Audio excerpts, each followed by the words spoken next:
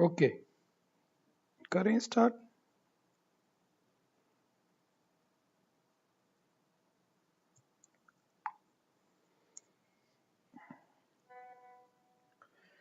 Okay friends,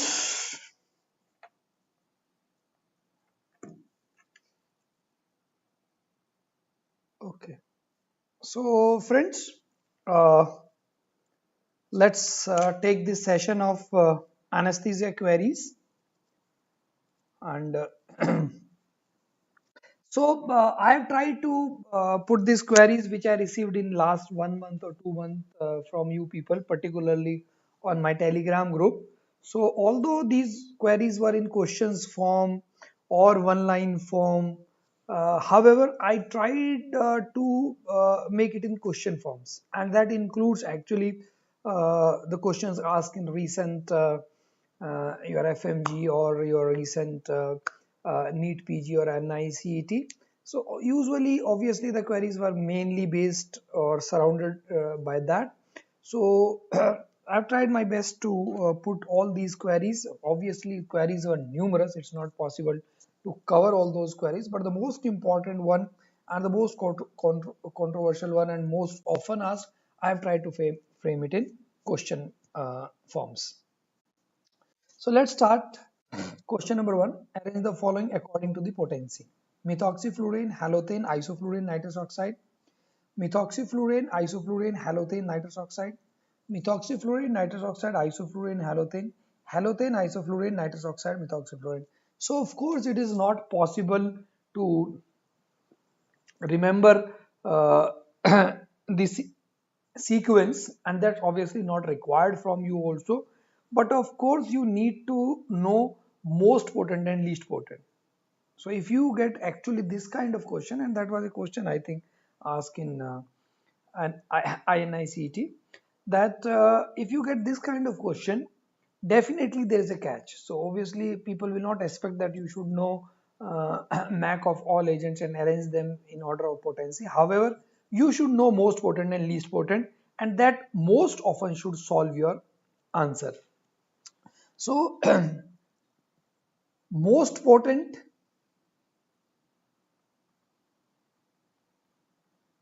overall is methoxyfluorine, but methoxyfluorine you know is not used. It's an obsolete agent. So among the agents of the current use, so rather I'll change the pen. Most potent of the current used, that is halothane. Halothane. Now least potent,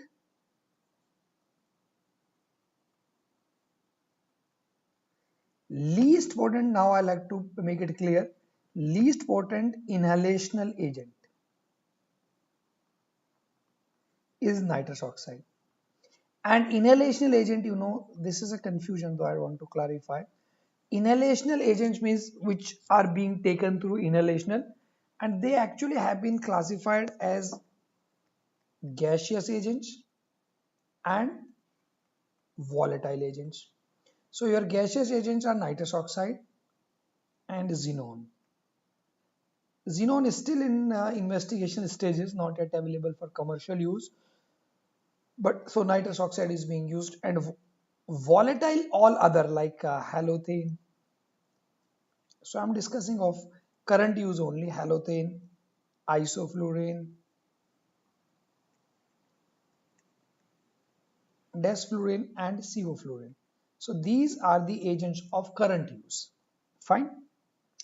So least potent inhalational agent overall is nitrous oxide, but nitrous oxide is gas. So sometimes they ask you least potent volatile agent.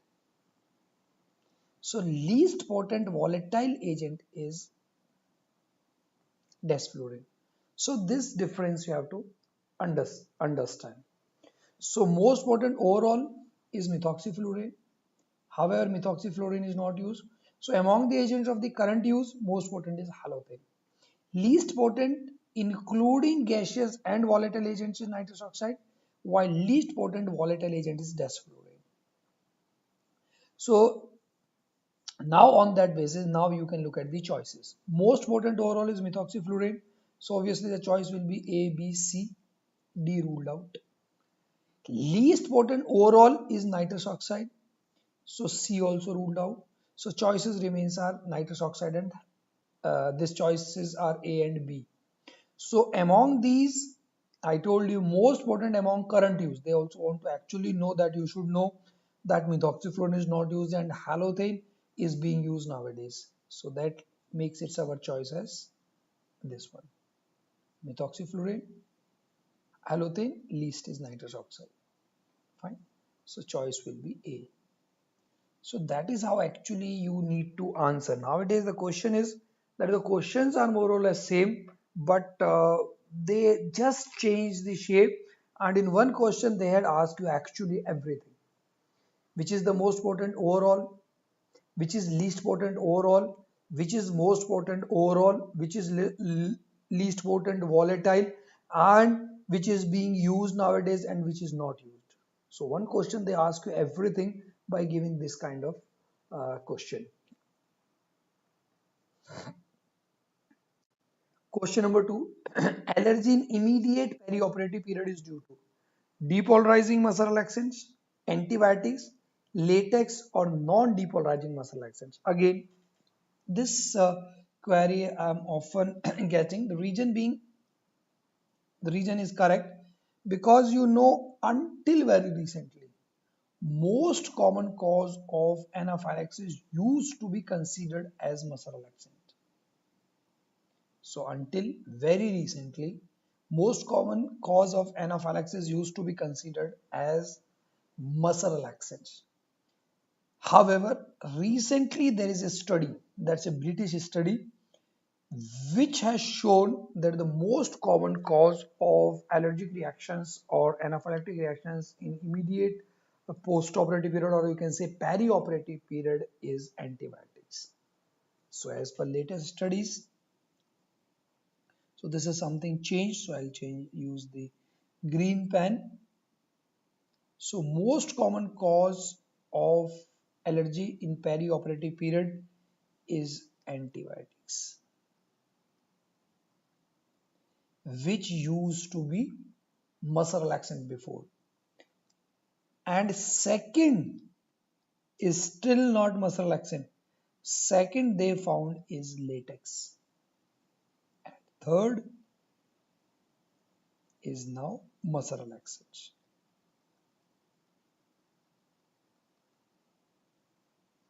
Previous study I told you most common cause used to be muscle relaxant, but now not, they are even second. Most common is antibiotics followed by latex followed by muscle relaxants.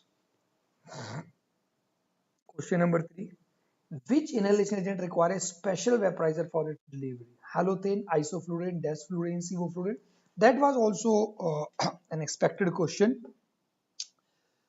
You know that unique property of desflurane, which differentiates it from other volatile agents, is its very high vapor pressure. Vapor pressure is somewhere around 700 mmHg. Means almost you can say 1 atmosphere. Secondly, low boiling point. Boiling point is 23 degrees centigrade, means it can boil at room temperature. So imagine these two properties of desflurane, high vapor pressure, so high, and low boiling point means boils at room temperature. So obviously it is not possible to deliver desflurane through an ordinary vaporizer. There has to be a special vaporizer for the delivery of desflurane, that is called as Tech 6. So obviously this desflurane vaporizer has totally different principles of working. Of course that much details are of course not required for you because vaporizer as such is a very big topic. But you can very well understand that desflurane is unique, that it has got a very high vapor pressure and low boiling point, and because of these properties Desflurane requires a special vaporizer called as Tech6 vaporizer. Question number 4.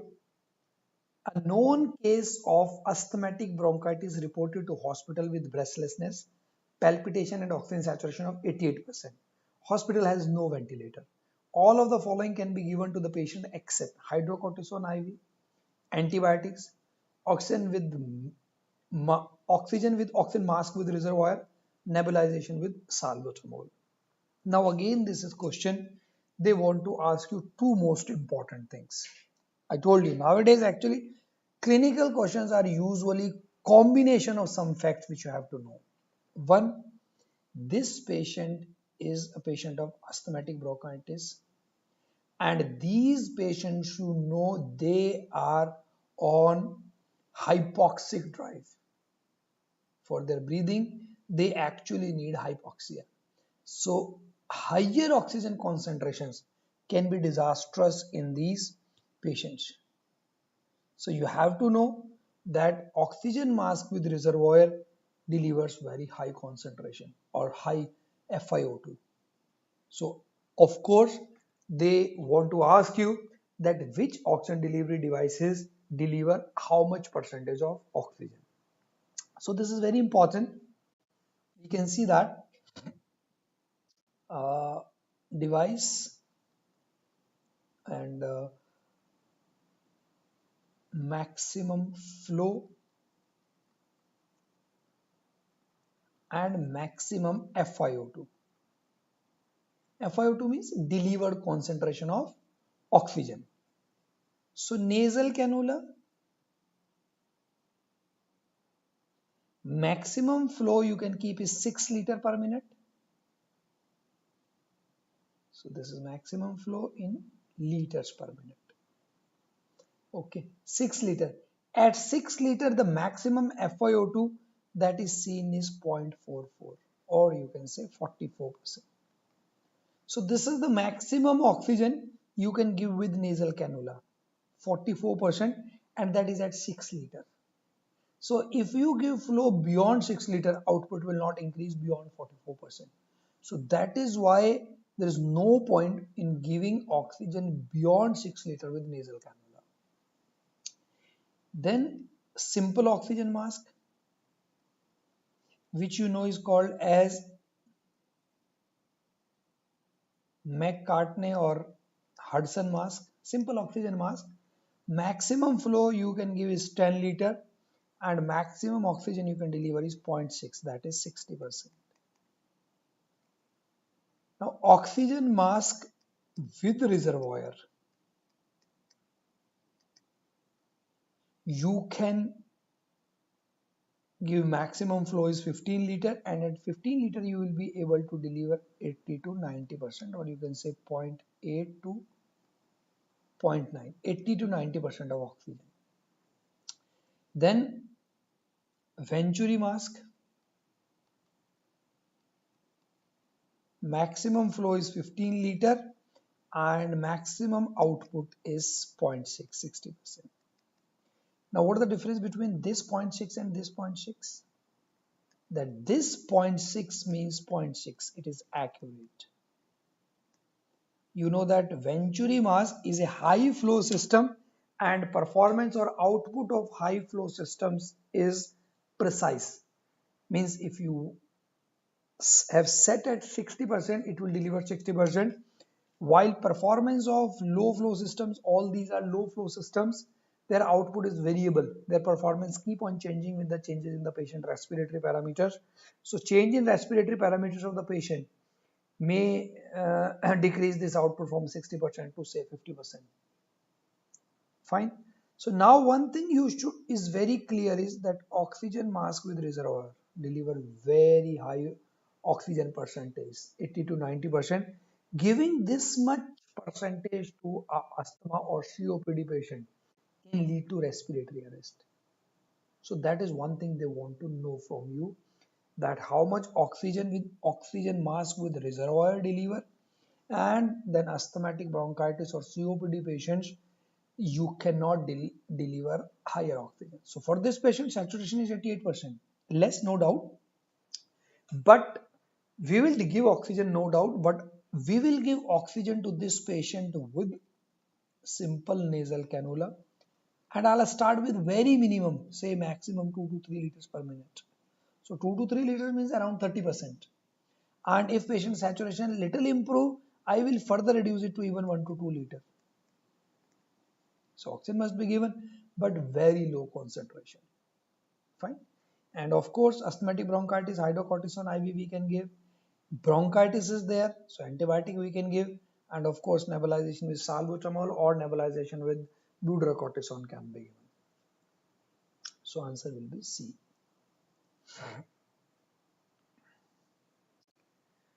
You were somewhere and saw a middle-aged man collapse. You started CPR after checking vitals, and soon advanced cardiac life support arrived at the scene. What should be the next step of management? Hand over patient to them. Ask them to prepare for defibrillation while you continue CPR.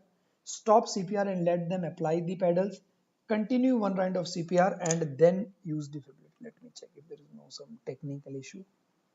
Any message from technical team? No, fine, okay, that means everything is going fine.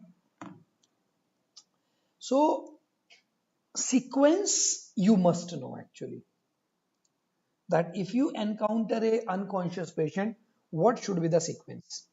So if you encounter a unconscious patient,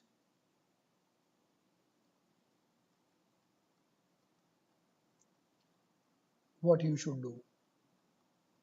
Stepwise, first step will be scene safety. This is very important. It's not that you just see unconscious patient and you start doing CPR. You have to see whether scene is safe. It's not that building is collapsing and you start doing CPR, then who will do your CPR? Or you start doing CPR in the middle of the road, then somebody on the other side of the road may be doing your CPR. So scene should be safe. Once you have assessed scene is safe, now you have to assess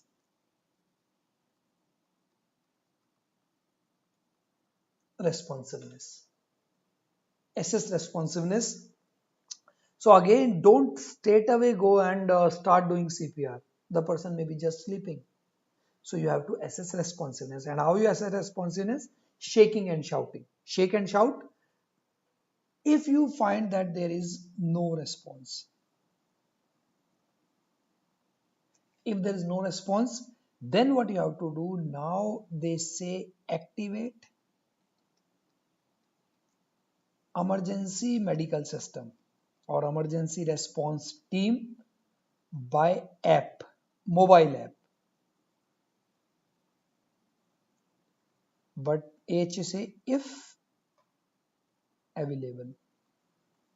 So many of the Western countries, you know that this mobile app is available. As soon as you just go to that app, automatically through GPRS, they will locate and team will reach you. But in India, there is no such app. In mobile, you will find app for even undergarments, pizza, burger, everything. But life app, I don't think even if it is there. So that is why they know, that is why they have given a condition if available. So we are believing not available with us. If not, then next step would be, you have assessed responsiveness, obviously patient is unresponsive, no response. Then they say assess breathing, and this breathing is by scan for chest movements. Assess breathing and circulation, and you will assess the circulation by palpating carotids within 10 seconds. So this should be done simultaneously. Just assess breathing just by looking at the chest, and if needed, don't hesitate to remove clothes. If you feel that patient has wore so many clothes, it's a winter season, you're not able to properly assess the chest movement, so no problem, just remove your clothes. There is no hesitation in that, even if it is a female victim.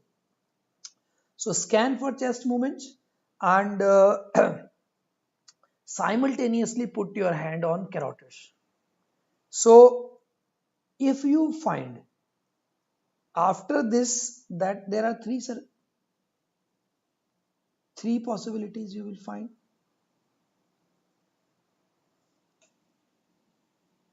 Breathing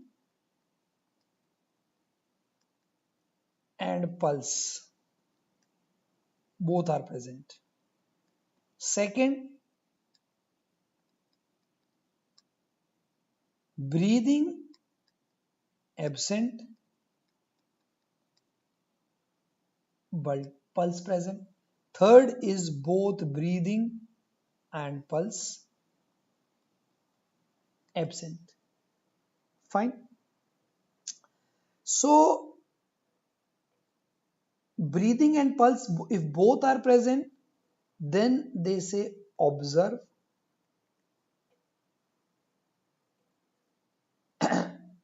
Okay. What I,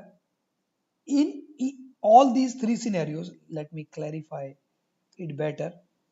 These will be three situations you are encountering. So what you should do immediately, once you find either the patient is pulseless or breathless or only breathing absent, pulse present, or both are present, in all these situations, now what will be your next step? Next step will be call for emergency response system or emergency response team. Here you will not start CPR or any intervention before activating emergency response team. You have to call, West there is 911. All countries there is 911, you have to call them. India hardly uses this kind of number, although government is promising for so many years that they will bring this kind of system, but unfortunately still it's not applicable in India. You can still call ambulance at least, or if you know some nearby hospital, at least you can call. But fortunately for majority of us, we will be in the hospital setup. So, and all hospitals, they have code blue system, so you have to activate code blue. So before doing anything, after step 4, that is assessing breathing and circulation, if anything of this is absent, you have to call for emergency response team.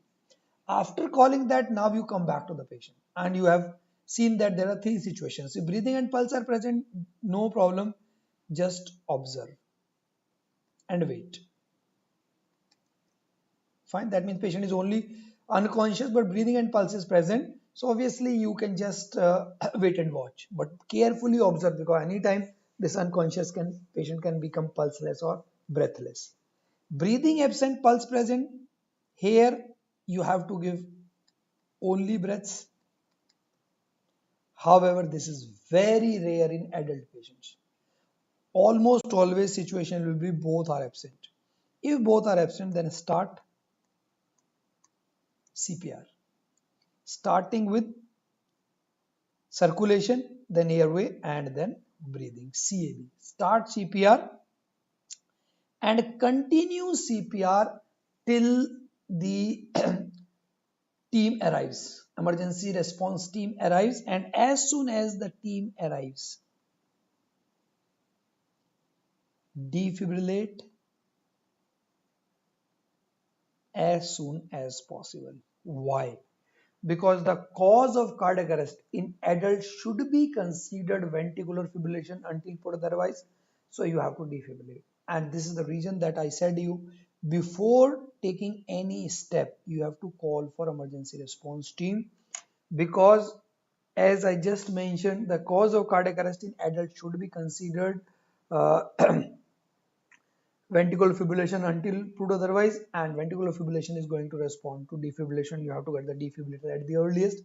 And secondly, alone you cannot do anything. You need support, you need people, you need team, so you are called them.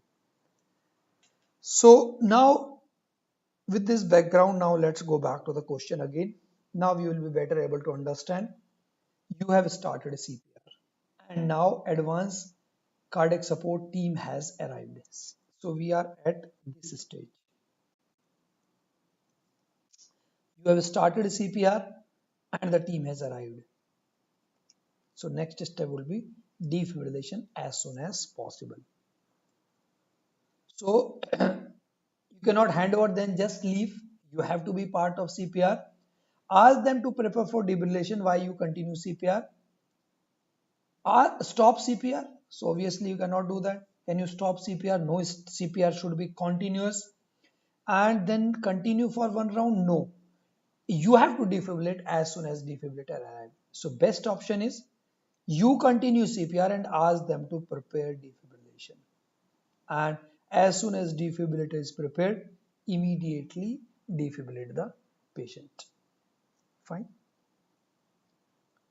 Question number 6. An intubated patient kept on TPs later developed breathlessness. X-ray chest shows white out right lung. What is the most important step of management? Positive pressure ventilation, bronchoscopy, chest physiotherapy, nebulization. See, patient is on TPs and patient is developing breathlessness. Fine. And X-ray shows complete white out right lung. White out right lung means there is a mucus plug in main bronchus if it is complete white out right lung. And this is very common. The patients who are on endotracheal tube or on tracheostomy tube, they have poor cough reflexes, so secretions can accumulate and can block a part of the lung or maybe even main bronchus, so the whole lung become totally white. So management is you have to remove this secretion at the earliest, and the best method to remove this secretion is by bronchoscopy. Chest physiotherapy is useful, but of course it will not be able to remove. So best is immediately do the bronchoscopy and bronchoscopy will be easy for an intubated and trachostomized patient. If your bronchoscopy is ready, it hardly takes 5-10 minutes to do that. So with bronchoscopy, remove the major plug which has blocked the main bronchus. So bronchoscopy should be the best option in this patient. Anesthesia of choice for cesarean section in a female with severe PIH or severe preeclampsia. Spinal GA epidural combined spinal epidural. Again, this is important because, and I think this question was actually asked also in last INICET. And why they actually ask and why students have sent me queries often, because all books you will see that it is given that the anesthesia of choice for PIH or preeclampsia is epidural. However, actually epidural for cesarean is practically not possible. Epidural takes around 15 minutes and cesarean most often are done for emergencies. So you cannot wait for 15 minutes. Secondly, GA should be avoided for pregnant patients because they are at very high risk of aspiration. So therefore, anesthesia of choice even for even for PIH patients, we were giving spinal. I think for decades I am giving spinal, and everybody was giving spinal, but somehow it was not there officially. But now officially it is totally recommended to give spinal for PIH or eclampsia patients. So you can safely give spinal. So nowadays, again, this is a recent change that for PIH or preeclampsia, you can safely give spinal, which used to be epidural before. A 2-year-old boy is brought to OPD by his mother with a mass protruding from his umbilicus. The recommended treatment in this case was surgical management. Which of the following type of anesthesia would be most ideal? GA with IV induction, GA with inhalation induction, GA with IM induction, regional. And why I put this question, because this again has created a lot of confusion in students. Again, this was a question asked recently in one of the exam. Induction method of choice is always IV. This thing I like to clarify you. Induction method of choice is always IV, irrespective of the age. Why? Because IV induction is very fast. Patient become unconscious within 1 hour brain circulation time, 15 seconds. But the problem in children is that children will not allow us to put IV lines. So first you have to induce them by inhalation induction and then we put IV lines. But that is not a preferred method. This is, we can't do anything because they're not putting us to put IV lines. So therefore we have no option. We have to first induce them and then put IV lines. But again, that is not a preferred method at all. That is our helplessness that we are doing. So preferred method of induction, ideal method of induction is always IV, even for a newborn. If not, yes, then second choice I will say is inhalation induction. Inhalation agent induction. And inhalation induction agent of choice, you know, is sevoflurane, because sevoflurane had got most pleasant induction. Fine. So best will be GA with IV induction. I know many of the students attempted to attempt inhalation induction. Looking at the child, pediatric, oh pediatric, so inhalation induction, no. That is a second choice. First is always IV like adults. Question number 9.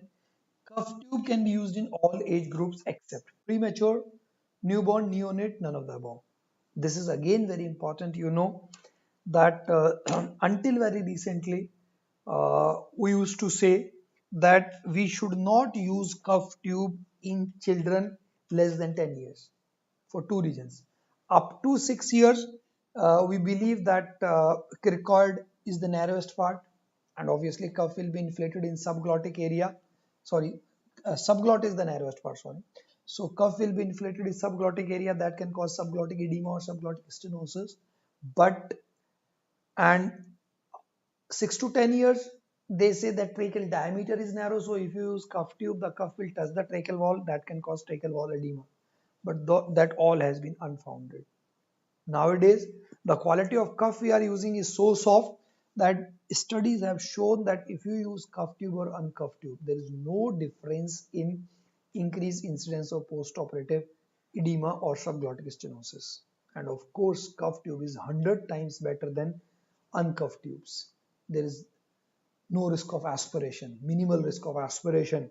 Then there is no leakage from the sides of the tube, so ventilation can be properly maintained. So therefore nowadays they say cuff tube can be used at any age. So cuff tube you can use at any age except prematures. That still remains, they say prematures, yes, we should avoid cuff tube, otherwise you can use cuff tube even to a newborn baby. So this again is very important, that's I put as green. So question was there, and in coming exams also you can expect question on this. Fine. Can be used in all age groups except prematures.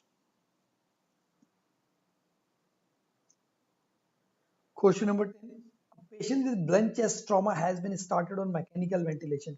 Which of the following is not correct about initial setting? Tidal volume 8 to 10 ml per kg, PEEP 10 centimeter of water, plateau pressure 40 centimeter of water, all of the above. This is again very important, and this is called as lung protective strategy. Now they say that whatever the method of ventilation you are using, whatever the mode of ventilation you are using, how expensive ventilator you are using doesn't make a difference. If you are using lung protective strategy, there is no difference in mortality benefit. Even a ventilator has all features or very expensive or whatever the mode you are using. So lung protective strategy, the most important components are low tidal volume. So tidal volume should be 4 to 6 ml per kg of predicted body weight, not normal body weight. Means what should be the predicted weight for that height? We will be choosing as per that, not as per the actual weight of the patient. Then the very important thing is plateau pressure should be less than 30 centimeter of water. Plateau means this is the pressure at alveolar level. So this pressure is going to cause the barotrauma. So therefore we are monitoring the plateau pressure. Then PEEP, positive end expiratory pressure, causes barotrauma. So they say always start with minimum, that is 5 centimeter of water, and then titrate. So slowly increase, but start with 5. So these all things are, is to prevent barotrauma. So we say lung protective. So we are protecting lung against barotrauma. Then another thing which can damage lungs is high FiO2. So FiO2 should be less than 0.6 because higher oxygen can also cause ARDS. So these are few important components for lung protective strategy. So the question is, which is not correct? Tidal volume 8 to 10 ml, not correct. PEEP 10 centimeter, no. Plateau pressure 40, no. All of the above is not correct. 11. A 60-year-old hypertensive patient on angiotensin 2 receptor antagonist is posted for hernia repair surgery. The hypertensive drug should be continued to stop 48 hours, stop 24 hours, stopped on the day of the surgery. This is again a very important change on which you can expect a question, and uh, uh, there was a controversy whether to continue angiotensin 2 receptor antagonist and AC inhibitors before surgery or not. Although more favorable thought was to omit on the day of the surgery. But recently they have changed and they say that AC inhibitors and angiotensin receptor blockers should be stopped 24 hours before surgery. See. So all antihypertensives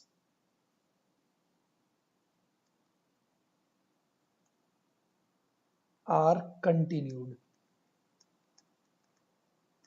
All antihypertensives are continued except AC inhibitors and angiotensin receptor blockers, which are stopped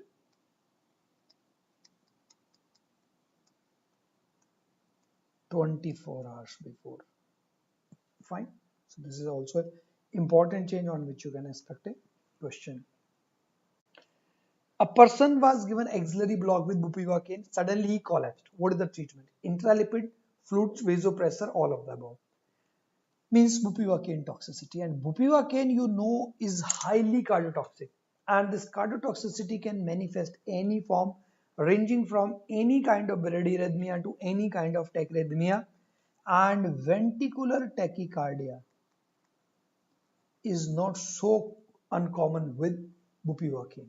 Lignocaine, you know that is used for the treatment of ventricular tachycardia, but bupivacaine itself can cause ventricular tachycardia. And the drug of choice for the treatment of ventricular tachycardia induced by bupivacaine is also amiodarone. And why I changed green pen? Because books you will find that it used to be berytilium, but now they say that berytilium is less effective as compared to amiodarone. Fine. So if it is VTAC, amiodarone. If it is CPR, if it is cardiac arrest, then you have to do CPR. Then bupivacaine can also cause hypotension. It's a vasodilator. So if it is a hypotension, then you have to give fluids or vasopressors. And antidote for bupivacaine is intralipid. Intralipid 20%. And how this intralipid works? Obviously, it will just bind the active form of bupivacaine. So intralipid we can give fluid, vasopressor depending on the situation. So you can say all of the above. A 34-year-old woman is undergoing general anesthesia for cholecystectomy. After the completion of the case, the anesthesiologist turned off the gas And note that the patient is recovering from anesthetic agent very quickly. What are the most important likely properties of this inhalation agent? High blood gas coefficient, low blood gas coefficient, high fat gas coefficient, low fat gas coefficient. Again, I think this was a question asked somewhere. So, you know, two most important property of inhalation agent. One we have discussed, potency already we have discussed. Second is blood gas solubility. Blood gas solubility, or also called as blood gas coefficient. So this or blood gas solubility. So blood gas solubility or blood gas coefficient indicate induction and recovery time. How to understand this? Just it's complicated, but I'll tell you very simple method to understand is that if a agent is less soluble in blood, it will be easy for brain to extract it from blood, so induction will be faster. So agent with lower blood gas solubility will have fastest induction, and that is the reason that overall fastest induction and recovery overall is seen with xenon because it has lowest blood gas coefficient. But xenon, I told you, is not available for current use. So among the current agents, fastest induction and fastest recovery seen with desflurane. Slowest among the current is halothane. So patient recovered very fast. That means this agent would have lower blood gas partition coefficient, B.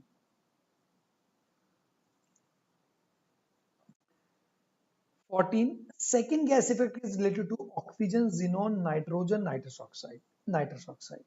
Now what is the second gas effect? This second gas effect occurs because nitrous oxide is given in higher concentration. And second gas effect is that nitrous oxide increasing the concentration of inhalation agent, that is called as second gas effect. And why it happens? Because nitrous oxide is given in higher concentration, say 75%. So majority of the lung is filled with nitrous oxide. So sudden uptake of nitrous oxide in blood will decrease the concentration of nitrous oxide in blood. So the gradient between lungs and anesthesia machine will increase, and to fulfill this gradient, nitrous oxide from machine will gush into the lungs. And nitrous oxide coming from machine also contains inhalation agent. So along with the nitrous oxide, more inhalation agent will be drawn into the lungs, increasing the concentration of inhalation agent in the lungs. So that is called as second gas effect. That is one gas, that is nitrous oxide, increasing the concentration of other agent, that is inhalation agent. It is called as second gas effect. Tetanyzing frequency during neuromuscular monitoring: 2 to 4 Hertz, 10 to 20, 20 to 30, 50 to 100. Tetanic stimulus. Normal frequency for stimulation we are using is 2 Hertz. 2 Hertz. But tetanyzing, you all know, means we have to give very high, almost 50 to 100.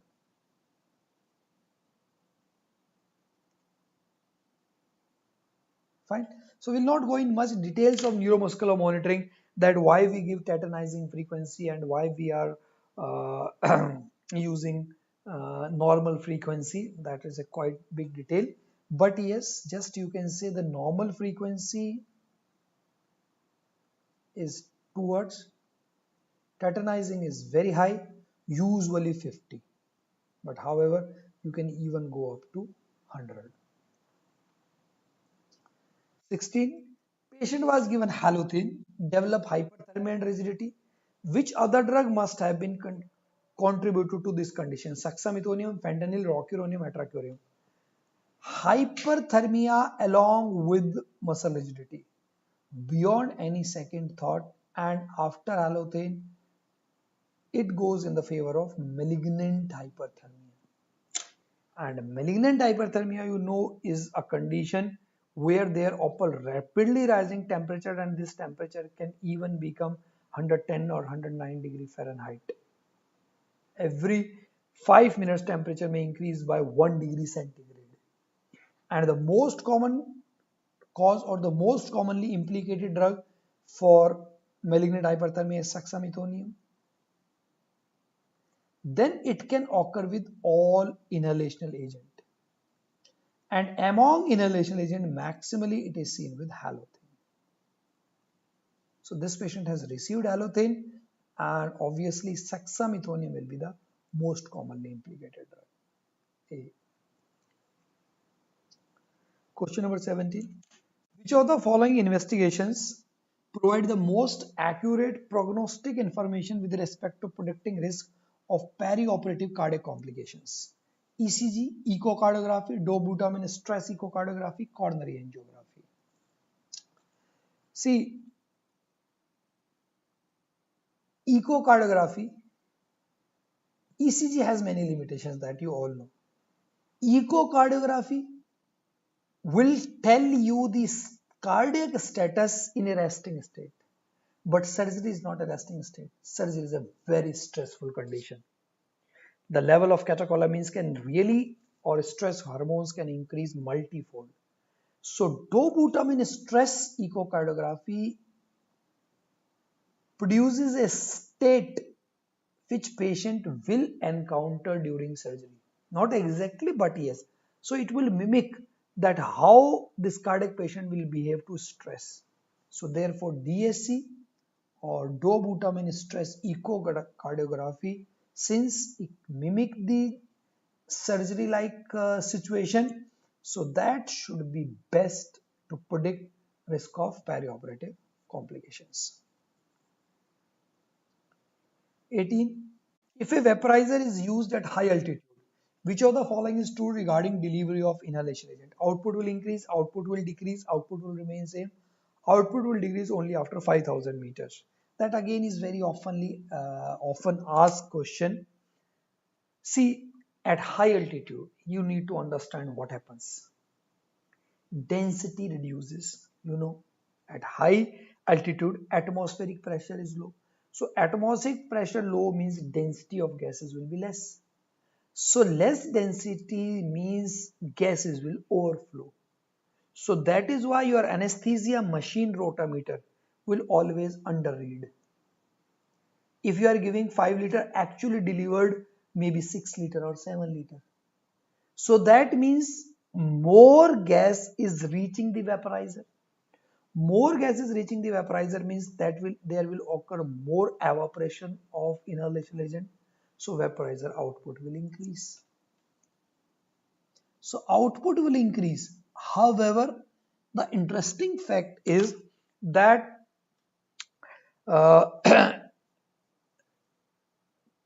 anesthesia depends on the partial pressure, not on the concentration actually. So partial pressure will not change. Anyway, no need to go in that really very big physics. So that will really confuse you. So you can understand, however, output will increase. So it will be delivering more concentration, or that is because of the low density of the gases. So output will increase. 19. 1 in 1000 concentration readily used for local anesthetic, for cardiac arrest, for anaphylaxis, all of the above. For local anesthetic, concentration used in 1 in 2 lakhs, or you can say 1 in 200,000. For cardiac arrest, concentration use is 1 in 10,000. And routes used are IV, then intraosseous, and then endotracheal. These are the 3 routes used in the same preference. For anaphylaxis, concentration use is 1 in 1000. However, the route is intramuscular, or if due to some reason you are using subcutaneous, but that's not preferred, so intramuscular is preferred. So concentration actually depends on route rather than indication. Like even for anaphylaxis, say if I am using IV or intraosseous or endotracheal, I'll be using 1 in 10,000. However, that is rarely required. For anaphylaxis, mostly we are using IM, and IM is 1 in 1000. Fine. So 1 in 1000 is used for anaphylaxis. 20. A 30-year-old with trauma is posted for radius plating. On history, it was revealed that he took his lunch at 1 p.m. Patient has agreed for brachial plexus block. He can be surgery at earliest by immediately after 6 hours, after 8 hours, after 12 hours. I think that question was asked somewhere, and many students they attempted immediately. Why? They say it is under block, and that was a catch in this question. Surgery is performed under block, planned to perform under block, but if block fails, then what you will do? You will not stop surgery in between. Then you have to give GA. So if you have to give GA, then patient has to be fasting for at least 6 hours. Solid you know is 6 hours. Water we can allow up to 2 hours, but solid is 6 hours. So even if the surgery is under regional anesthesia, or even if they say we will try under local anesthesia, any other surgery, I'm not talking of this surgery, and but you are there for monitored anesthesia care. So even if the surgery is under local anesthesia, you have to prepare patient for GA. Because if local fails, patient start complaining in pain. Like here, if brachial plexus block fails, then you cannot stop the surgery. You have to give GA, and it's radius plating. It's not an emergency. It can easily wait for 6 to 8 hours, or even for a day even. So therefore, if patient aspirate and die, nobody is going to leave you medico-legally. So fasting of full 6 hours is must. Then only you will take the patient for surgery. In patients with drug-eluting stents undergoing cataract surgery, clopidogrel should be stopped. Continued, stop 24 hours, stop 3 days, stop 5 days. Clopidogrel should be stopped 5 days before surgery. In fact, nowadays, aspirin also we stop 72 hours before surgery. The only exception is patient on stents, recent MI or recent stroke. Else, we even nowadays stopping aspirin 3 days before surgery. But yes, clopidogrel we have to stop 5 days before surgery. 22. A patient was brought to casualty with a lacerated wound that required suturing. The wound was cleaned and antiseptic precautions were taken before bupivacaine infiltration was given. Which of the following nerve fibers are most sensitive to the effects of infiltration? A gamma, B, C, A alpha. I will say the most controversial question. Every class, every exam, I explain this and I really don't know why students, they again jump to ask me the same query. Maximum query I'll get regarding this. So I'll tell you, and I'll tell you what is the reason for this confusion also.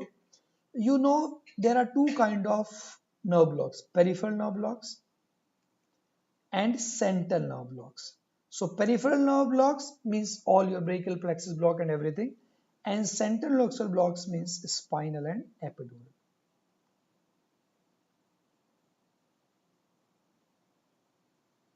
Fine. Peripheral nerve blocks, the sequence is first is A gamma, then A delta, then A alpha or A beta you can say simultaneously, then B and then C. Even if there is no subclassification of A, then also it will be A, B and C. Fine. Central loxal block, due to there are many factors which affect that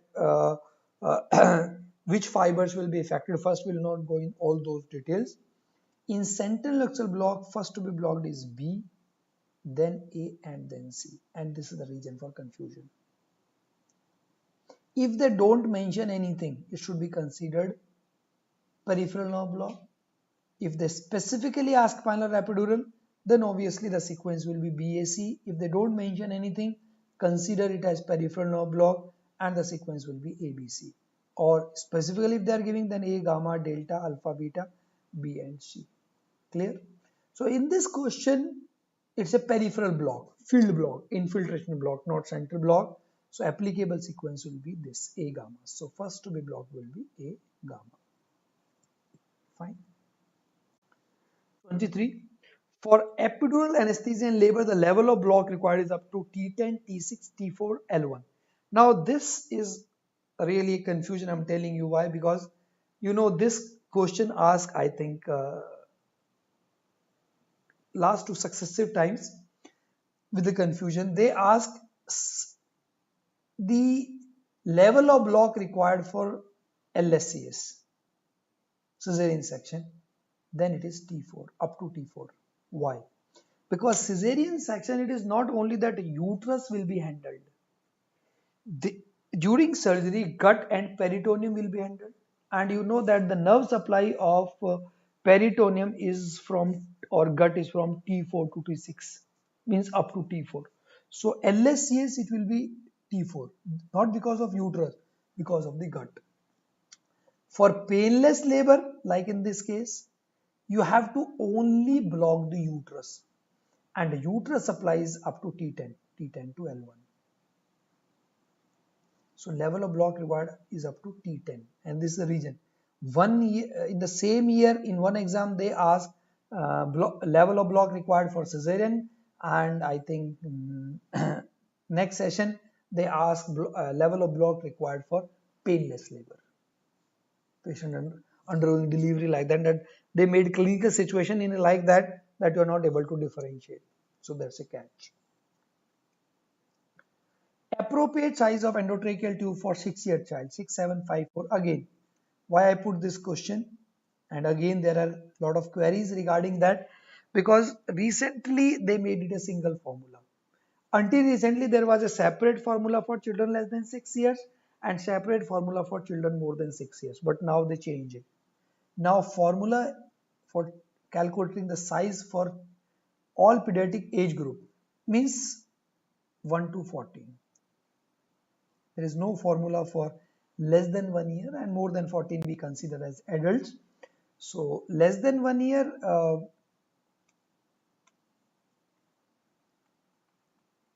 you can say starting from 2.5 to 3.5.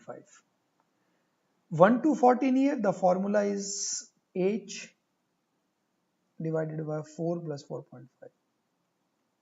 Previously, this was formula for children more than 6 years. Less than 6 years, it used to be age divided by 3 plus 3.5. But now it's a single formula. That's why I used green pen. So here age is 6 years. So there is a single formula. 6 divided by 4 plus 4.5. 6 divided by 4. 3 by 2. 1.6 plus 4.5. 6.1, or you can say 6 number tube A. 25. A 32-year-old patient underwent humerus plating under supraclavicular brachial plexus block. The surgery lasted for around 2 hours and patient was kept in recovery room for 1 hour. Now anesthetist wished to send this patient to ward, not to wards, to ward actually. Which of the following he will expect to return first? Motor, sensory, autonomic, all recover simultaneously. Again, lot of queries regarding that, and the reason is same. Sequence is different for peripheral nerve blocks and central nervous cell blocks. For peripheral nerve blocks, the sequence is first to be blocked is motor, then sensory, and then autonomic. While for central nervous cell block, this sequence is autonomic, sensory, and then motor. And recovery is always in reverse order. Means as far as recovery is concerned, for peripheral nerve blocks, first to recover is autonomic, then sensory, and then motor. And for central nervous cell block, first to recover is motor, then sensory, and then autonomic. So this is again, that is a reason for confusion, for which I am getting so many queries from students, with some even sending me screenshot of standard textbooks. But they forget to mention that whether they're asking about peripheral nerve block or central nerve block. If nothing asked, then consider peripheral nerve block. But here they have specified supraclavicular brachial plexus block means peripheral nerve block, and for peripheral nerve block, first to recover is autonomic. So answer will be C. So that's it. Now I am opening my YouTube link to see if you have any queries.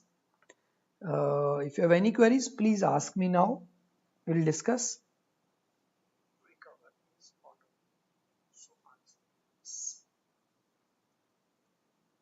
Okay.